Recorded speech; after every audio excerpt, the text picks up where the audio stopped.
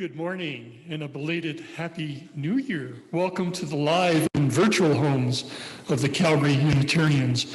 My name is Jeff Grutz. My pronouns are he and him. I have the privilege of representing your board of trustees this morning. I was informed by one of our community members after offering a greeting in November that my partially tongue-in-cheek fill-in-the-blanks delivery method was in fact an interactive educational opportunity that can be valued by our First Nations peoples. Are there any objections? Hearing none or seeing any live, are there any objections from online? No from the sound booth. I'll then continue. Wherever you are, whomever you love, wherever you are on your journey of faith or search for meaning, welcome.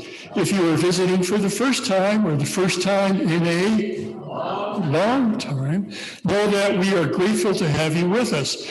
Visit with us more than a single time, since our services vary widely and are a mix of ministerial and lay-led. Unitarians have few rituals, and Sunday service formats are certainly not amongst them. We come together in beloved community to grow in wisdom, welcome and deepen relationships, and act for a just and sustainable world. Right. We start, as always, by acknowledging the land we are on is the traditional Treaty 7 territory, the people of the Blackfoot Confederacy and the Siksika, Piikani, Kainai First Nations, as well as Tsuut'ina First Nation, Cree, and the Stoney Nakoda, comprised of the Chiniki, Bearspaw, and Wesley First Nations, right.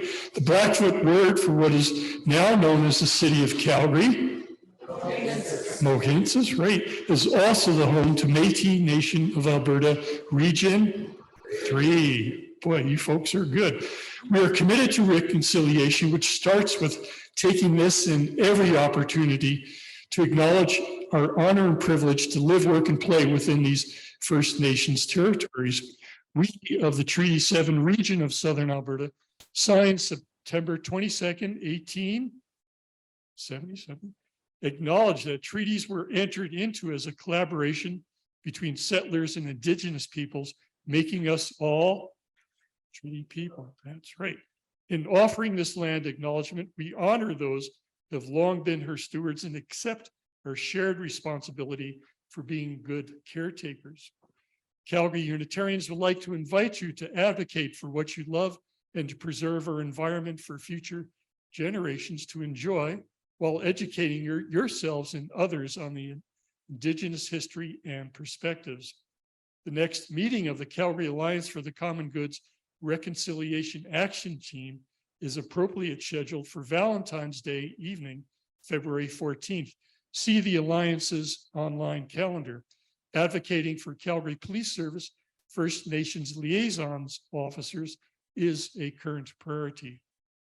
This congregation is special to me because here I can explore and create my own spiritual path without a finite doctrine, supported by others, and together with people whose values I share, my life becomes more meaningful. I joined Calgary Unitarians approximately 20 years ago when my deceased spouse suggested it be a place where we could develop our spirituality together through her Christian United faith and my Jewish roots. Randy was involved with this community 12 years before we knew each other through her Freeman family at the time. It's a place where I can join in a community of friends who have shared values, appreciation for that other church that is the great outdoors. Thinking alike is boring. We respect each other for our differences.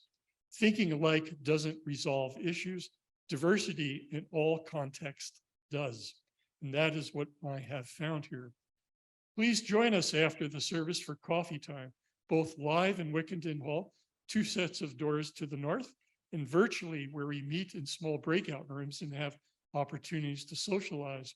The Zoom link will be shared at the end of the service. Should others share an interest in seeking spiritual enlightenment, through social coffee setup, takedown, and cleanup, be sure to speak with either me or Liz later. Clear directions for making coffee are on the coffee machine. Thank you.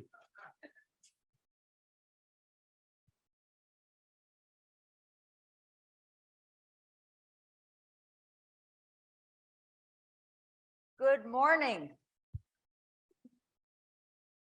My name is Mariana Louise Kovar, and I am a member of the Worship Associates team. And I will be leading the service this morning. I will be assisted by Kathy Welburn, who is also on the Worship Arts team. And your order of service will have told you that Catherine Burwash would be with us this morning. However, both Catherine Burwash and Reverend Shelley are ill.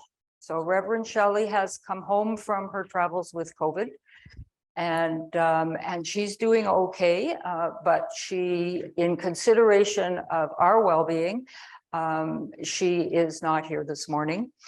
Catherine became ill yesterday and is more ill this morning, and we wish her well, and she will be taking care of that, going to the doctor instead of being here with us. So it's me and Eileen and Kathy and your AV team in charge. So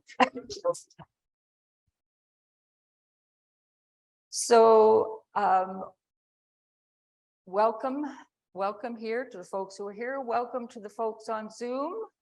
And if you want to turn and say good morning to the folks on Zoom, good morning, Zoom. We're pleased to have you with us. And you may now take a few minutes to greet your neighbors, and then we'll continue.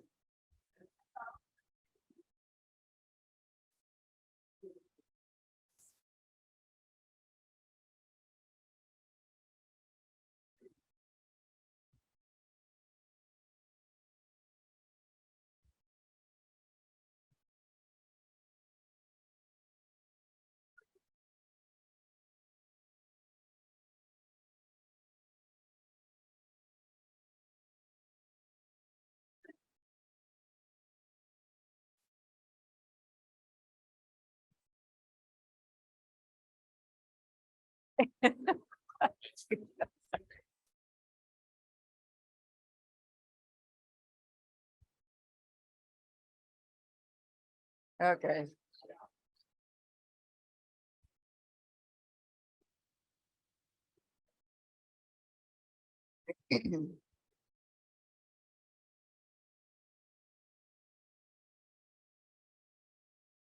We light our chalice this morning with the words of Reverend Scott Taylor.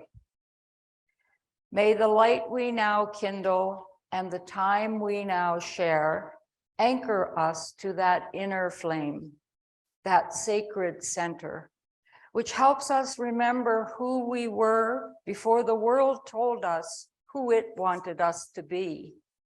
May our time together clear the way for those memories and voices and friends that lead us back home.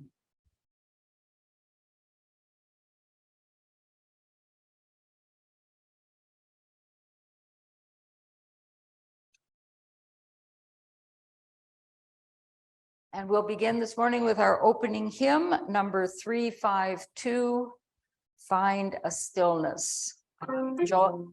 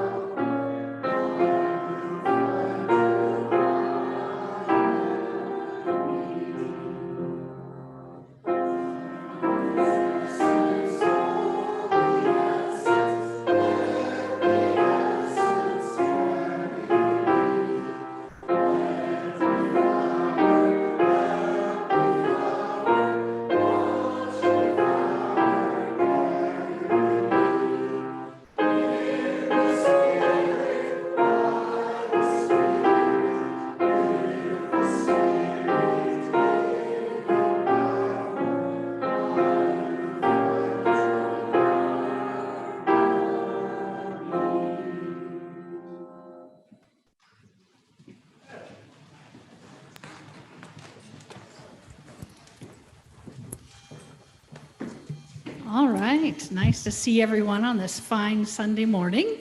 I'm Sheila McMaster, Director of Religious Education here at the Calgary Unitarians, and my pronouns are she and her. And today we're talking about the path of finding our center within.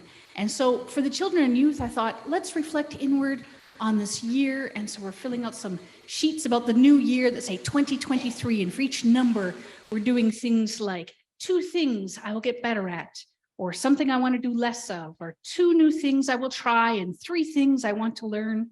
And we'll also be playing a game with pom-poms and buckets. So we're going to talk about what's filling our inner spiritual buckets and what things empty our inner spiritual buckets.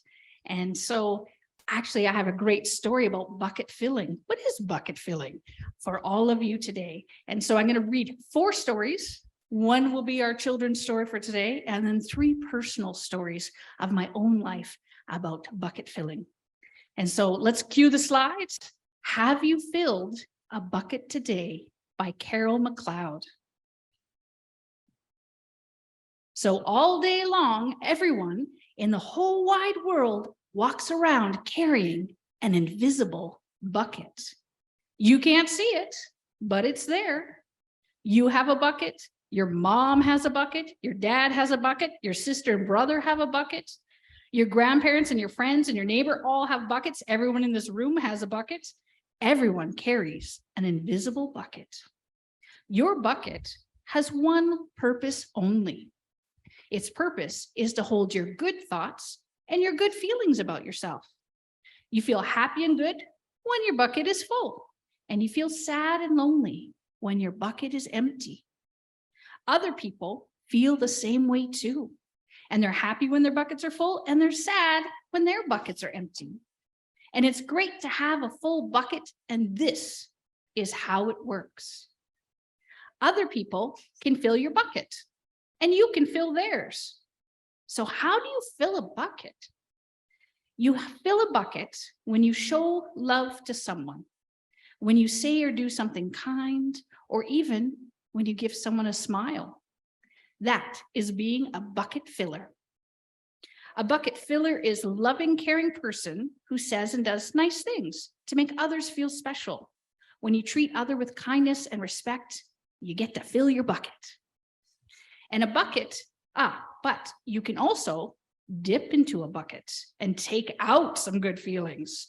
You dip into a bucket when you make fun of someone, or when you say or do mean things, or even when you ignore somebody.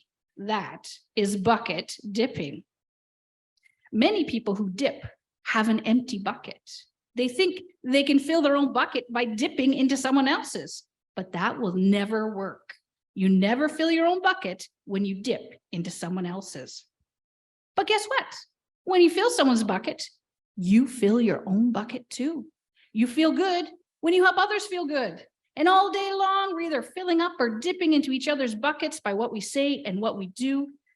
Just try to fill a bucket and see what happens. You love your mom and dad? Why not tell them you love them? You can even tell them why. And your caring words will fill their bucket with joy. Watch for smiles to light up their faces, and you will feel like smiling too. And a smile is a good clue that you have filled a bucket. If you practice, you will become a great bucket filler. Just remember, everyone carries an invisible bucket, and think of what you can say or do to fill it. You could invite a new kid at school to play with you. You could write a thank you note to your teacher. You could tell your grandpa that you like spending time with him. I'm sure there's a lot of grandparents here who are like, yes, please do that. There are many ways to fill a bucket. Bucket filling is fun and easy to do, and it doesn't matter how young or old you are. It doesn't cost money. It doesn't take much time. And remember, when you fill someone else's bucket, you fill your own bucket too. So when you're a bucket filler, you make your home, your school, your neighborhood better places to be. Bucket filling makes everyone feel good. So why not be a bucket filler today and every day? And just start by saying this to yourself. I'm going to do something to fill someone's bucket today. And at the end, ask yourself, did I fill a bucket today? Yes, I did. And that is the life of a bucket filler. That's you. The end.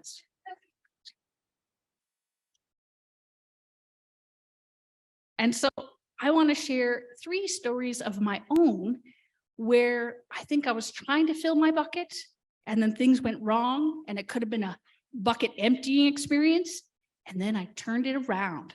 So the first one is I often go for coffee with my best friend Paula, and we get up in the morning and we go for a walk. And I went to Edworthy Park and we're walking and it's cold out and we go to Angel's Cafe. Some of you have been there. It's really nice.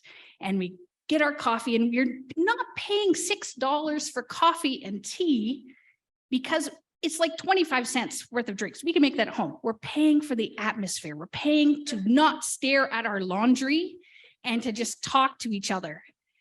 And we sit down and there's a nice spot by the fireplace. We sit down and we're like, oh. And then the piano tuner comes out of the washroom and says, you're not going to sit there, are you? I'm tuning the piano. And we said, well, it doesn't matter where we sit in here. It's a small echoey place. He's like, all right. Ding, ding, ding, ding, ding, ding, ding. And at first I thought, okay, we've paid for our expensive coffee and tea. I'm not leaving. I can handle this. What if this is a meditative practice? What if I just think I'm enjoying this sound? Ding, ding, ding, ding, ding, ding, ding.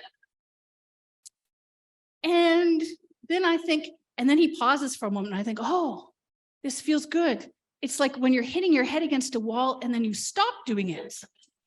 And I didn't realize how pleasurable silence was. And this is a meditative practice. And then it kept going. Ding, ding, ding, ding, ding, ding. And I thought, what can I do? I'm trying to meditate. I'm trying to be in the moment. And then I remembered I had thrown earplugs. I'd found them. And this is part of, for my spiritual practice, I always think the universe is working for me, not against me. And the day before I'd found some earplugs in a package and thought, what am I going to do with these? I'll put them on my backpack.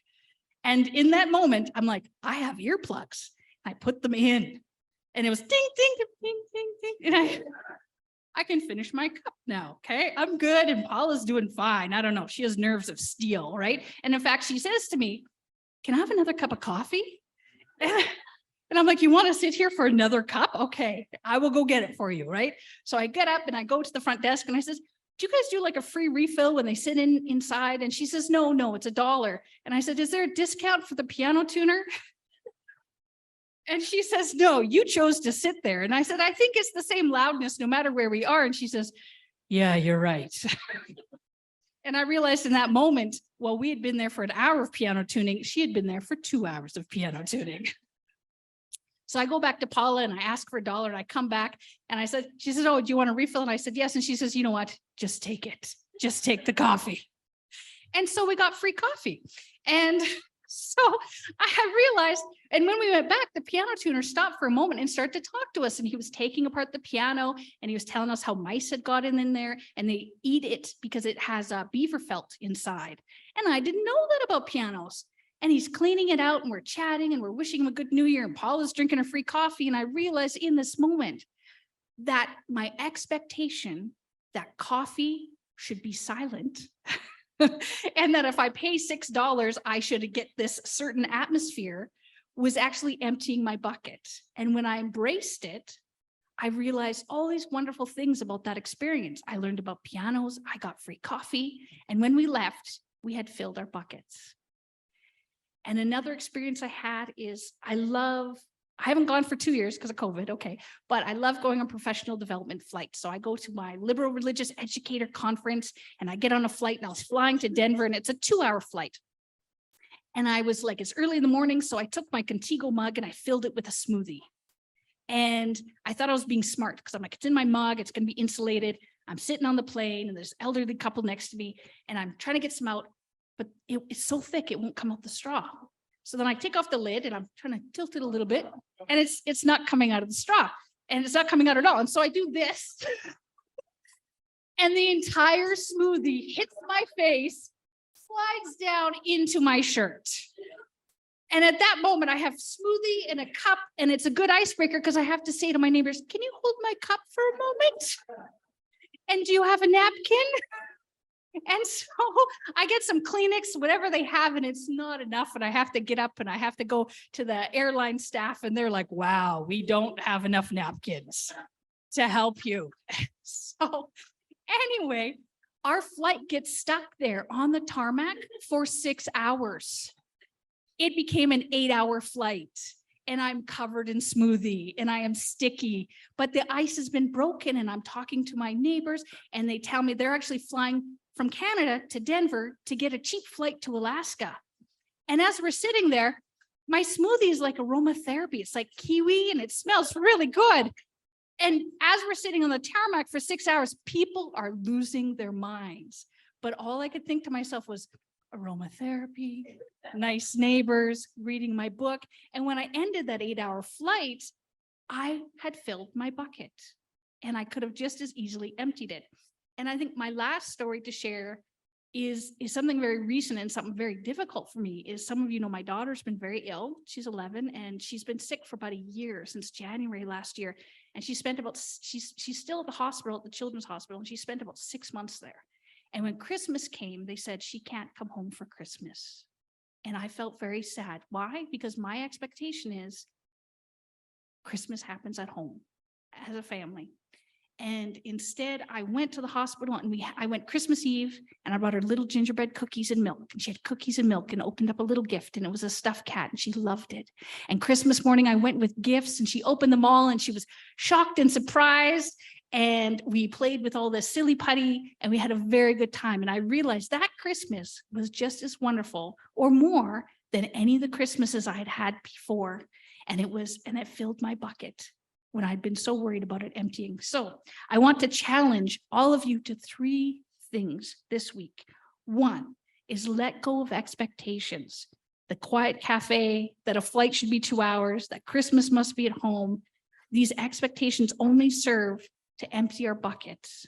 Number 2, meditative practice. So embrace that where you are is exactly where you want to be and need to be. And so this is a Buddhist practice that I do. It's a mantra that I say in my head. I do it at Walmart because sometimes I'm at Walmart, I'm like, why am I here? And I tried it and it works. And it goes like this. I have arrived. I am home in the here and now. I am solid. I am free. In the ultimate, I dwell. And it's a walking meditation. You can hear the beat. So when I'm somewhere that I'm uncomfortable, I just think I've arrived in the here and now, where I want to be. And as soon as I start thinking to myself, I am where I want to be, where I need to be, I relax. And I can be in that moment and look for the bucket filling opportunities. And so the third thing is plan for a bucket filling opportunity every day. When you're planning your day, think of something, what's going to make today great?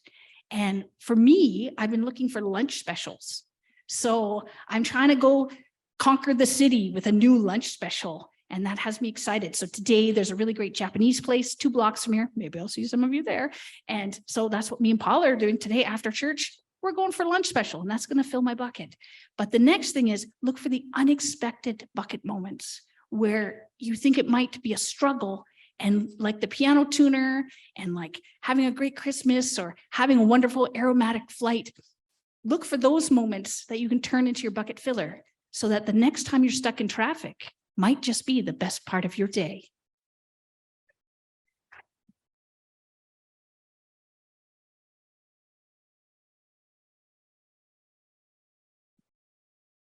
Now, please join me as we sing the children down.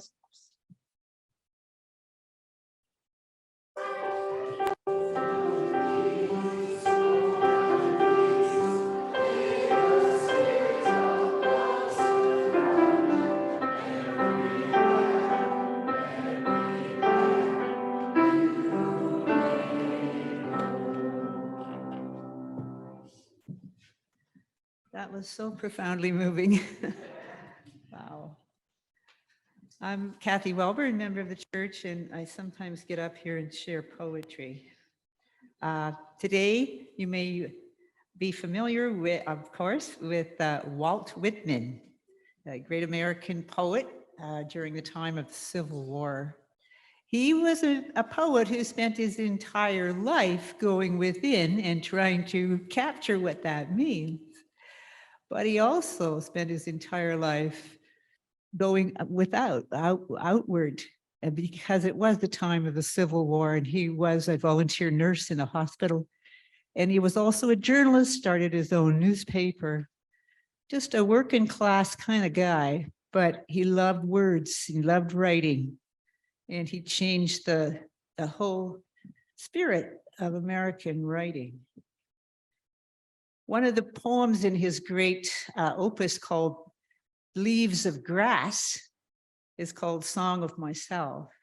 Leaves of Grass was his great image that came over him, because he thought of going within, basically as you may also recollect, lying in the grass in the summer and gazing at the sky. I think you all of a sudden, you do know exactly what life is all about, the meaning of the universe and everything, right?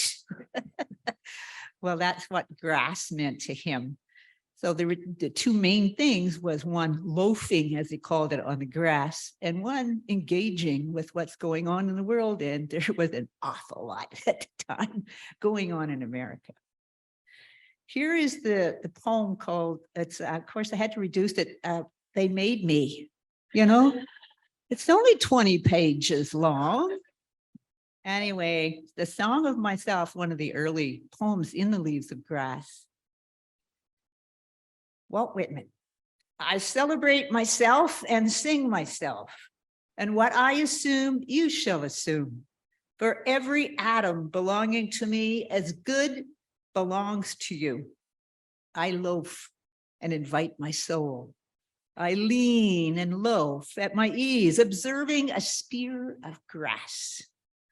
The sniff of green grass and leaves, dry leaves, the hay in the barn, the sound of the words of my voice loosed in the eddies of the wind, the play and shine and shade on the trees as the subtle boughs wag, the delight of alone, or in the rush of streets, or along the fields and hillsides, the feeling of health, the full noon trill, the song of me rising from bed and meeting the sun.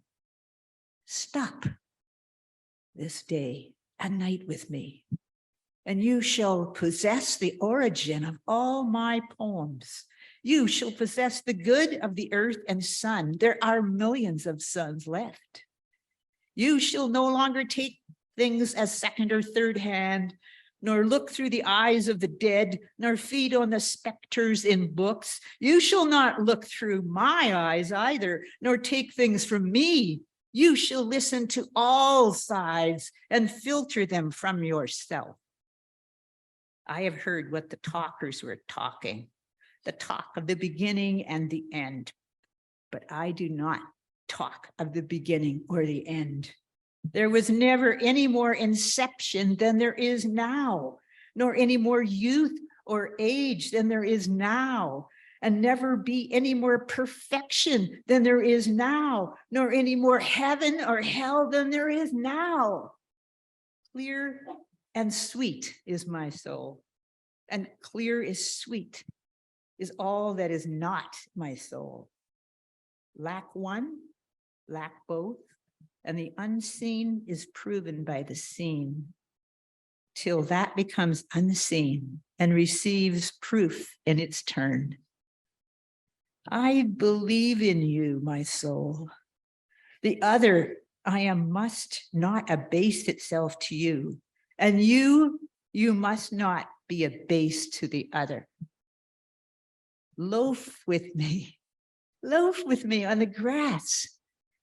Loose the stop from your throat. Not words, not music or rhyme I want, not custom or lecture, not even the best. Only the lull I like, the hum of your vowed voice. A child said to me, "What is the grass?" Fetching it to me with full hands. How could I answer? I do not know what it is any more than he. Or I guess the grass is itself, the child, the product, a babe of the vegetation. Or I guess it's a uniform hieroglyphic, and it means sprouting alike in broad and narrow zones, growing alike among Black and white, among women and men, among Canucks, Tuckahoe, congressmen, Californians. I give them the same, I receive the same. And now it seems to me even the beautiful uncut hair of graves. What do you think has become of the young and the old? They are alive and well somewhere. The smallest sprout shows there's really no death. I am not an earth, nor an adjunct of an earth. I am the mate and companion of people, and all just as immortal and fathomless as myself. The city sleeps, the country sleeps, the living sleep for their time, and the dead sleep for their time.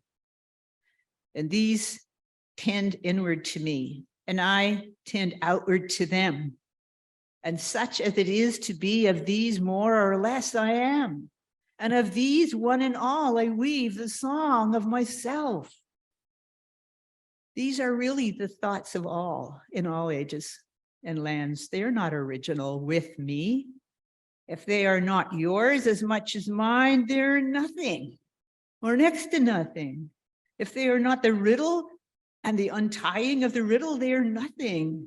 If they are not just as close as they are distant, they are nothing. This is the grass that grows wherever the land is and the water is. This is the common air that bathes the globe. Walt Whitman at Cosmos, of Manhattan, the sun. Turbulent, fleshy, sensual, eating, drinking, breeding. No sentimentalist, no stander above men and women or apart from them. No more modest or immodest. Unscrew the locks from the doors. Unscrew the doors themselves from their jambs. Listener out there, what have you to confide in me? Look in my face while I snuff the sidle of this evening. Talk honestly. No one else hears you. And I am only here a moment longer. Whoever degrades one another degrades me. And whatever is done or said returns at last to me. Do I contradict myself? Very well, then I contradict myself. I am large, I contain multitudes. I am larger, better than I thought. I did not know I held so much. Who has done his day's work? Who wishes to walk with me? I bequeath myself to the dirt to grow from this grass I love. And if you want to again look for me under your boot soles. Here is the past, the future, majesty, love. If they are vacant of you, you are vacant of them. Allons, the road is before us. So we will now take some time to center ourselves in care and compassion as we light our candles. We light our candle of joy in appreciation of the time that we have shared with family and friends celebrating this holiday season, and for the many seemingly ordinary things that bless our lives. I light this candle of joy this morning for the people who filled my bucket. My bucket got significantly emptied this morning when I read the email from Catherine saying that she was unwell and couldn't be here. And several people who were at church this morning helped me obliterate the empty bottom of my bucket as they filled it up. And I am very grateful for that. We light our candle of concern this morning for all who have worries and illness, for the health of Reverend Shelley and Catherine, that they be well and be with us here next week, and for any other worries that we carry in our hearts that have our bucket dripping from significant leaks in the bottom. We light our candle, our global candle this morning for, oops, it's going to light. We light our global candle for in the hope that people everywhere can experience more peace, more love, more care, that the news of 2023 eclipses in a positive way the news of 2022. The world is very much in need of love. I invite you now to come forward and light individual candles or place a pebble in the waters of communal love and support that we have in our bowl. And we will listen to music as we come forward and light our candles.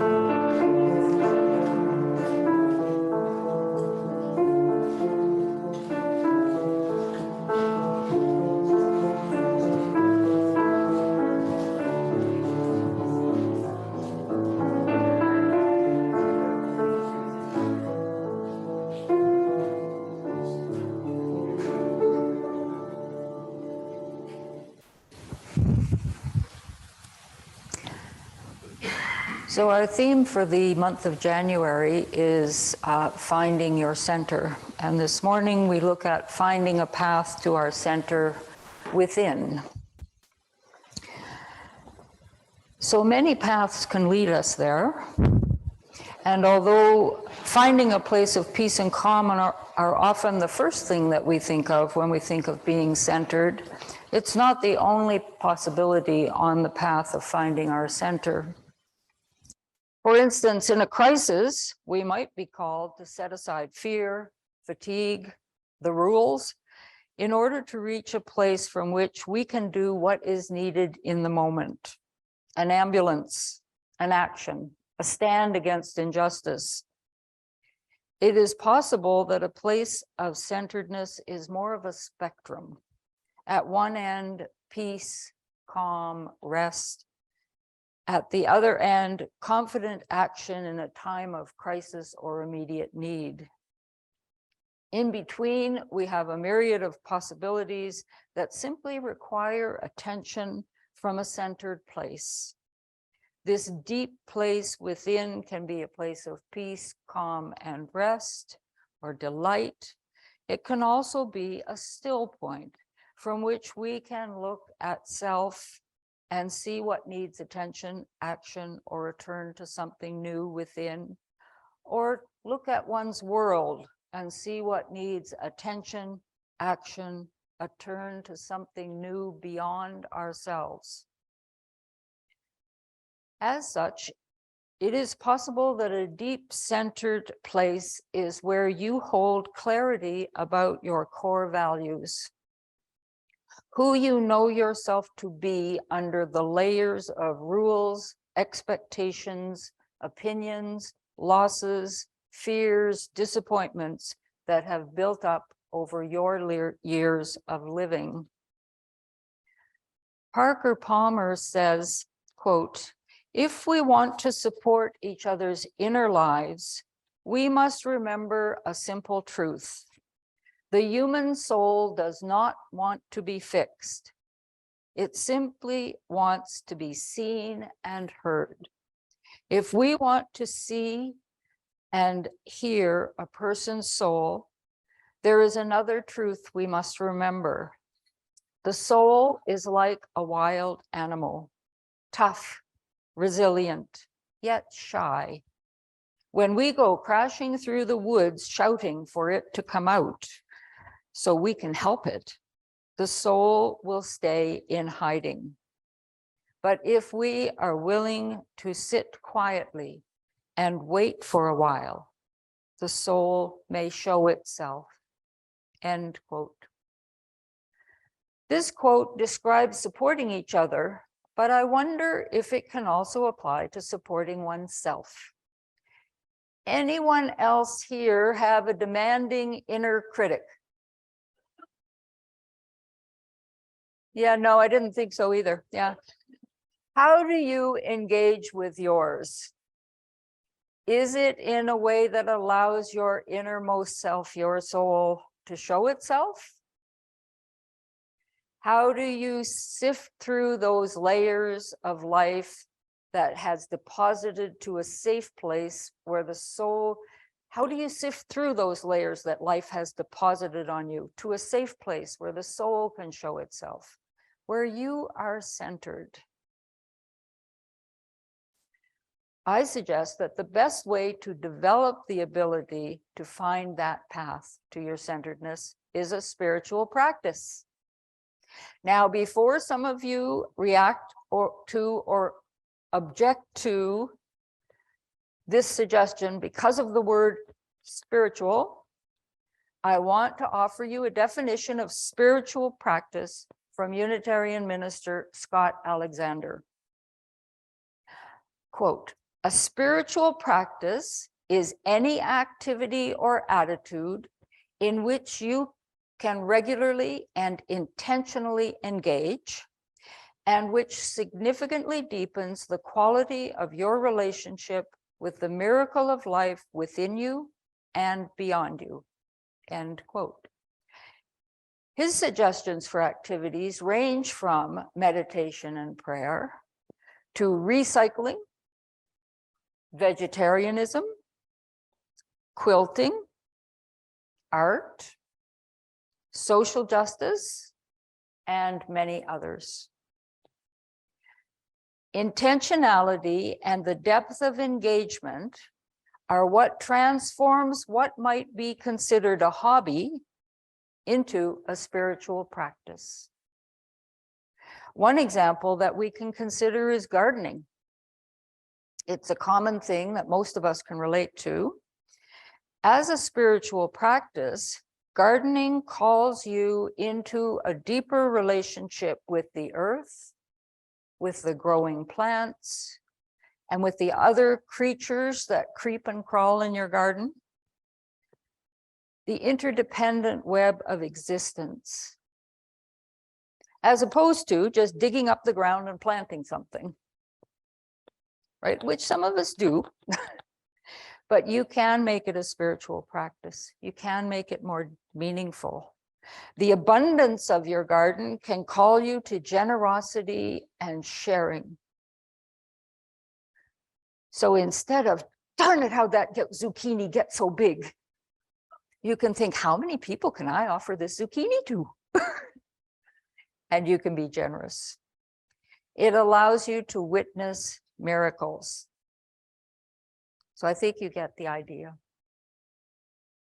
The other place that occurred to me this morning as I came to church was serving this church as a spiritual practice. Some of you are probably familiar with the little book called Serving with Grace, and it's all about how your offerings of your energy, your gifts, your money into the congregation can be a spiritual practice. And as I was coming here this morning, worried about how it was going to go, and thinking about, oh, I wonder if anyone's making coffee. It occurred to me that making coffee isn't about having coffee. Like, I have coffee this morning and my cup is still almost full because I haven't really had time to drink that coffee this morning. So it's not about the coffee. For me, it's about when I walk in and there's coffee, I'm home.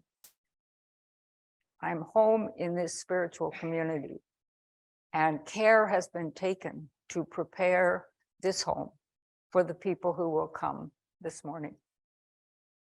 And so when you think about whether or not you will volunteer for coffee, and I chuckled to myself as Jeff was reminding us that we need volunteers for coffee, I invite you to remember what an incredible gift it can be to the people who are coming this morning or on any other morning, to just feel taken care of, to feel welcomed, to feel sustained by not the coffee that you're making, but the love you put into it.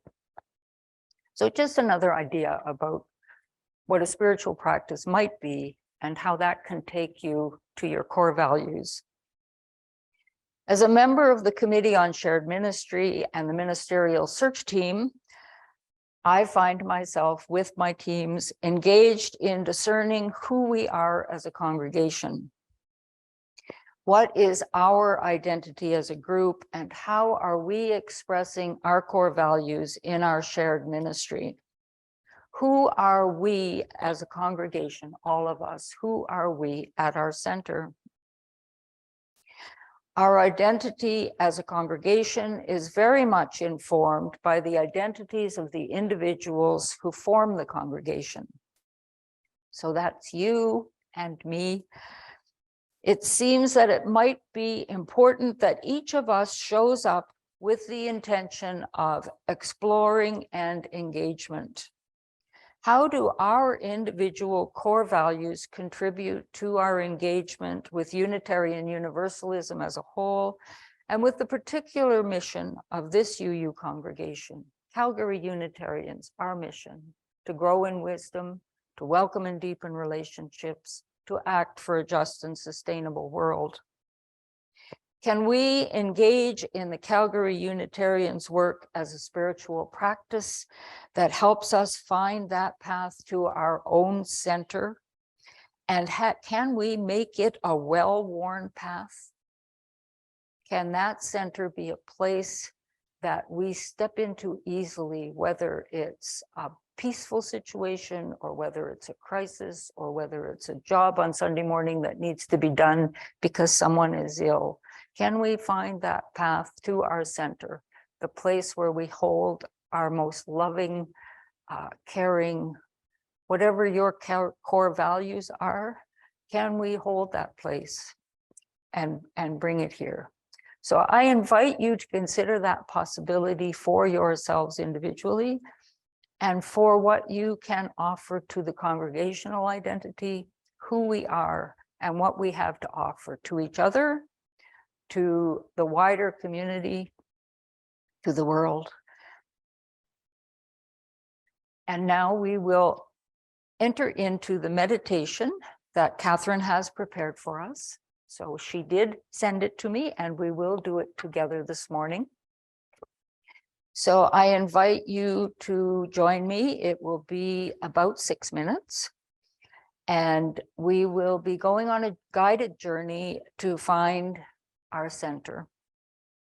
You don't need to have had any previous experience, as it will be guided and you will just be following along with my words. I will begin the meditation by ringing the bells. And then at the end, I will ring them 3 times, we hope.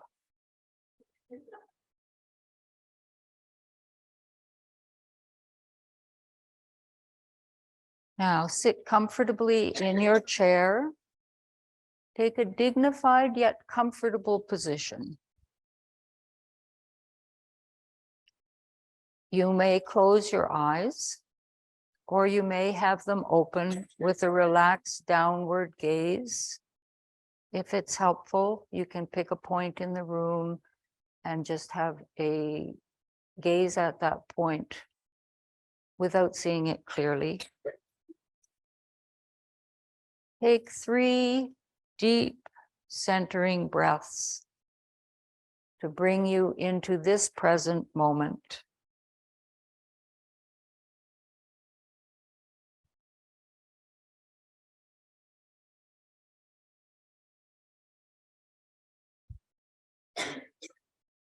Connect with your body. Feel yourself being supported by the chair. Feel your feet connecting with the ground.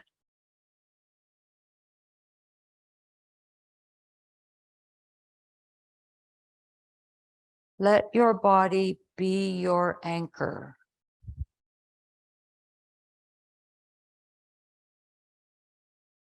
As you feel that anchor, feel yourself becoming more centered, more present within.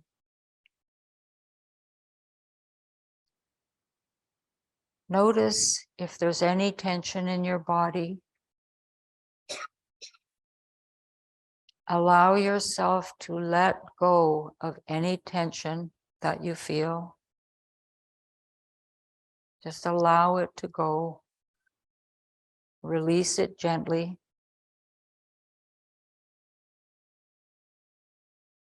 If your mind wanders, that's okay. It's the nature of the mind to wander. It can be expected. When it does, gently bring your attention back to your anchor. The anchor of your breath and your body connecting with the ground.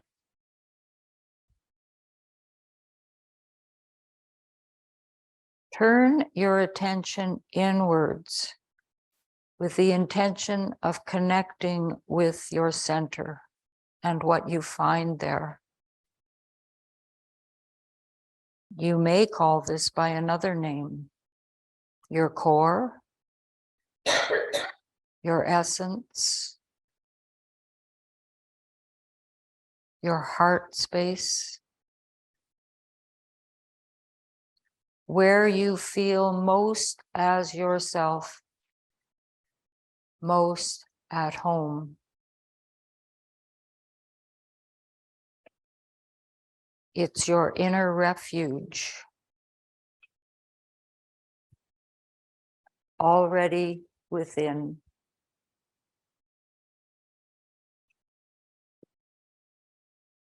Allow this center to emerge as a felt sense in your body, or as a visual image.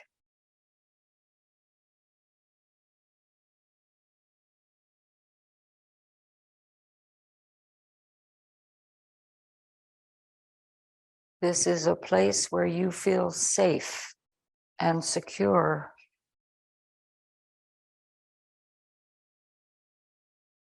Peaceful, at ease, a sense of well-being. Notice in your body where and how you feel these sensations of well-being and ease.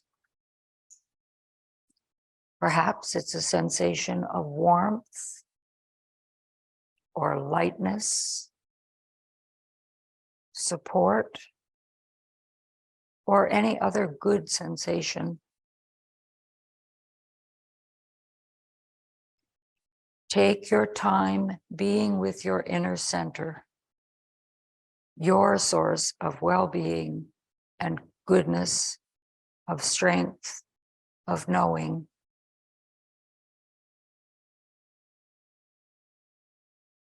Remind yourself that you can return to this inner center whenever you need to feel that sense of well-being in your daily life.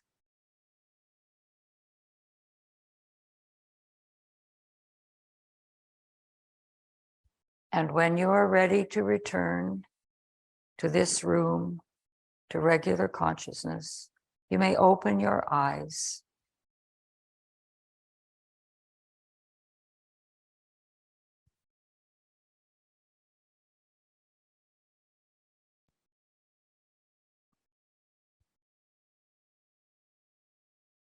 Welcome back.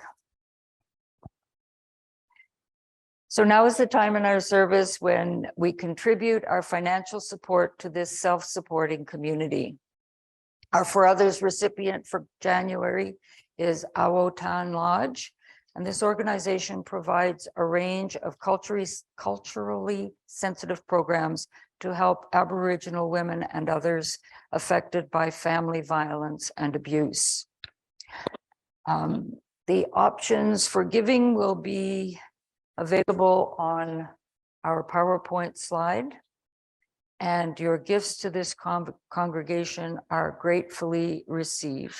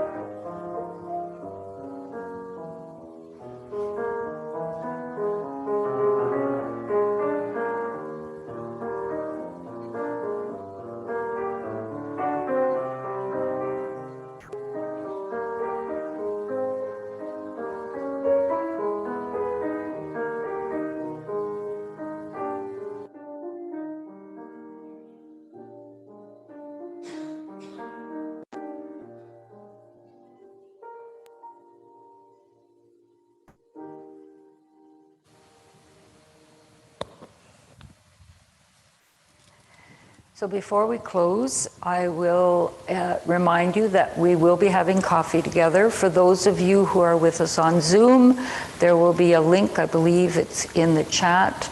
And if all else fails, which it usually does for me when I'm connecting to coffee on Zoom, if all else fails, go back to that email you got on Friday, and the link is also there, or go to the website, because the link is always there.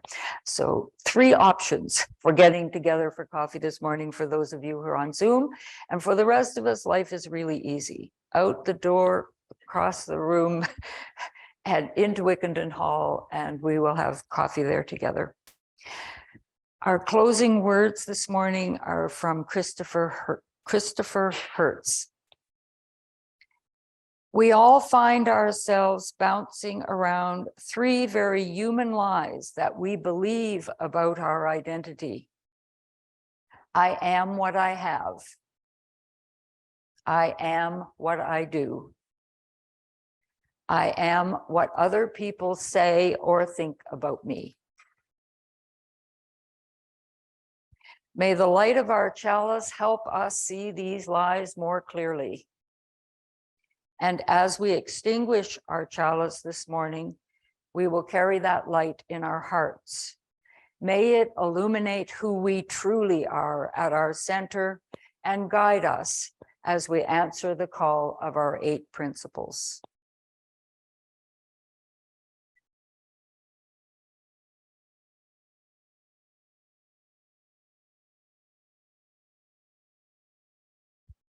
And now I invite you to join in singing together our closing hymn, number 1008, When Our Heart is in a Holy Place.